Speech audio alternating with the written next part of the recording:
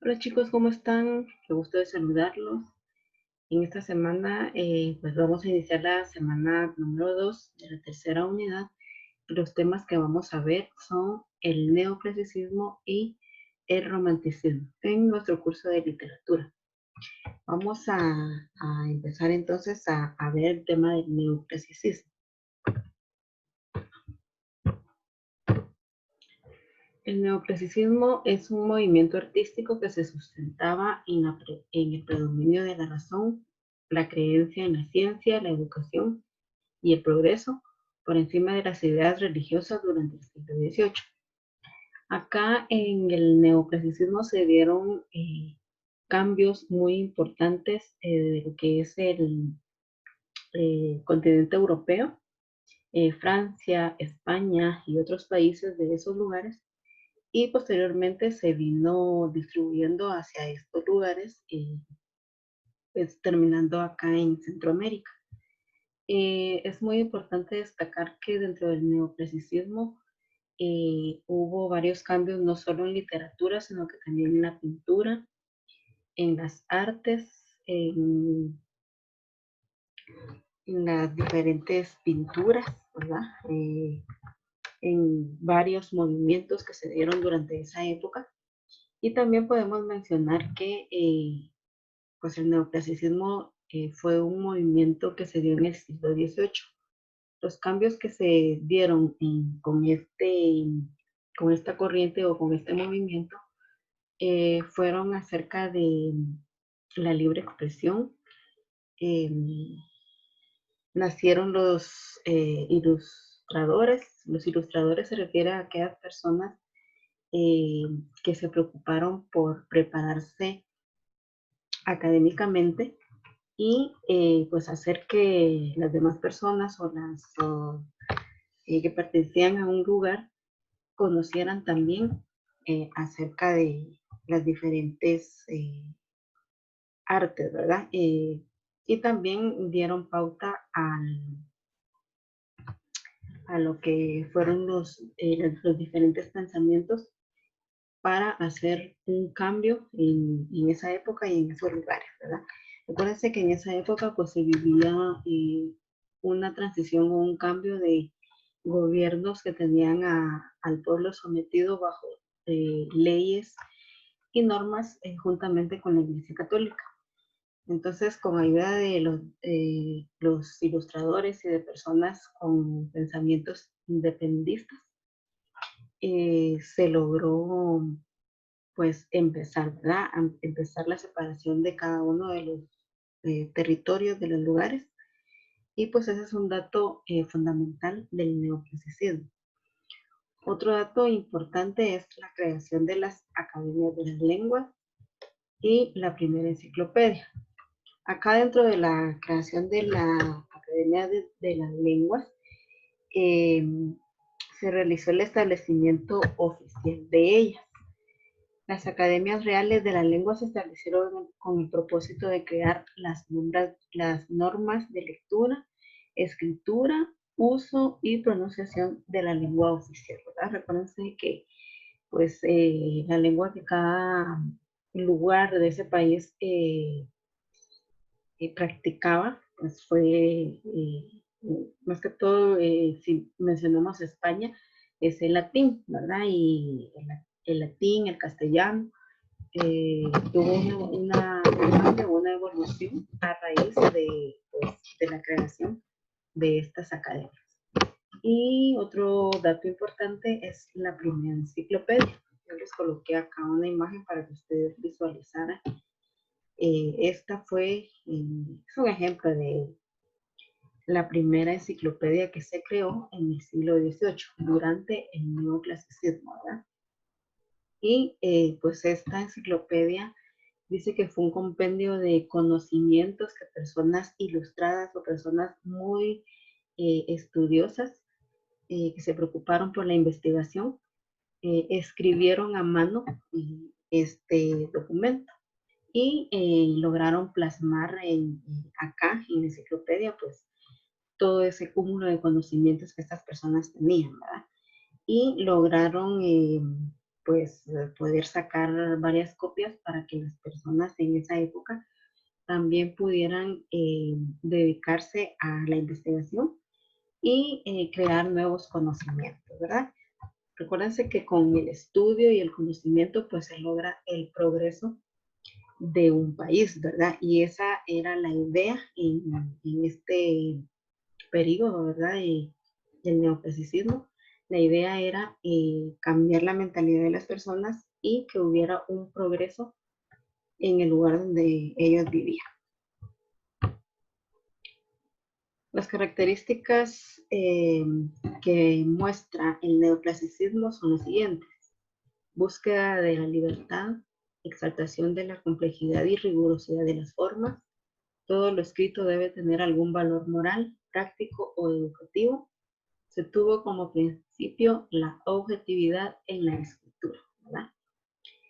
Hay un punto muy importante también que se puede mencionar como una característica del neoclasicismo, que fue el uso de la razón.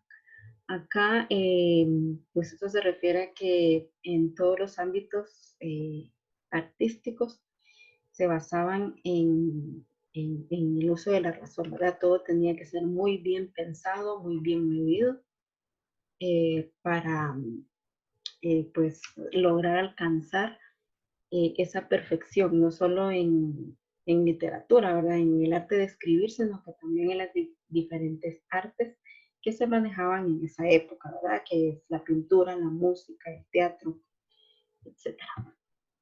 ¿Qué géneros literarios se destacaron en esa época?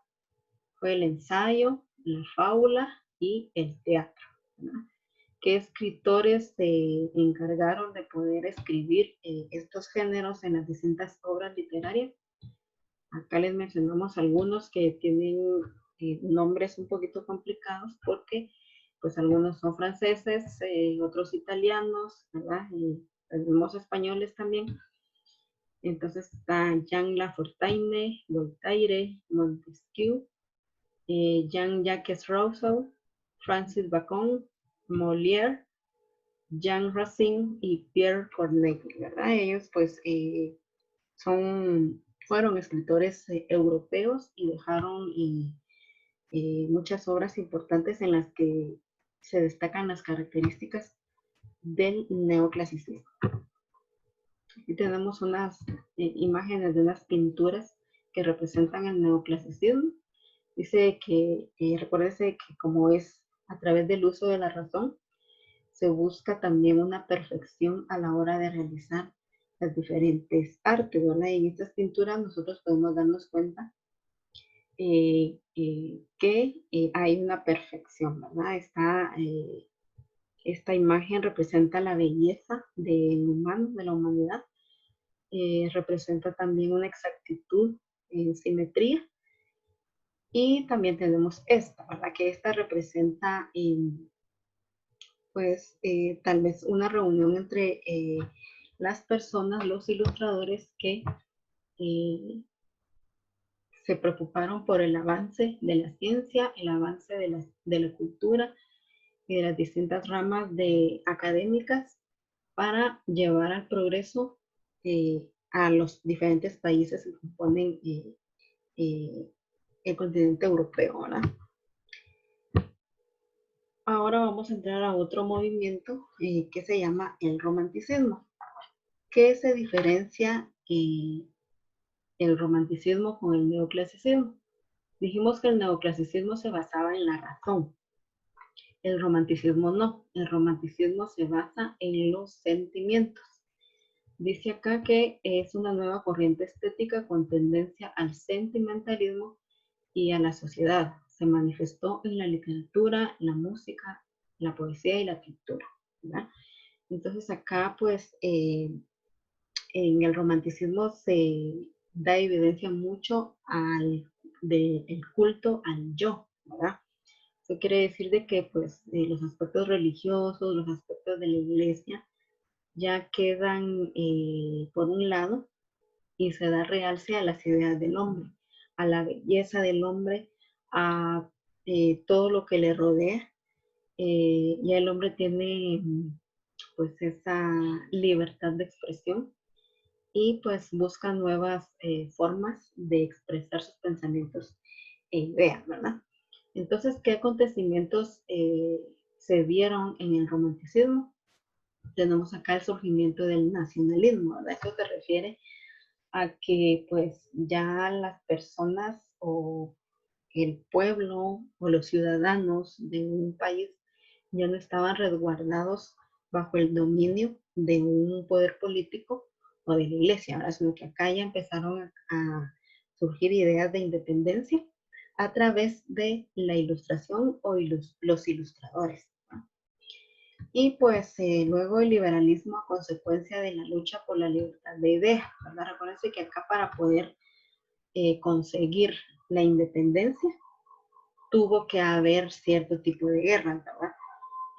Entonces, esos pensamientos, ese contraste de pensamientos entre un grupo de personas y otro grupo de personas, pues creó diferentes conflictos, pero pues por eso se realizó la lucha, ¿verdad? Para poder conseguir esa libertad de ideas. Otro dato importante fue la revolución industrial. Recuérdense que en esa época, como había mucha supresión por parte de los gobiernos, no había trabajo, no había oportunidades de trabajo para las personas. Entonces, durante el romanticismo, se empezó a dar esta revolución, ¿verdad? Para que se crearan los derechos para las personas, ¿verdad? Porque recuérdense que nosotros como personas tenemos derecho también a poder optar a un trabajo, ¿verdad?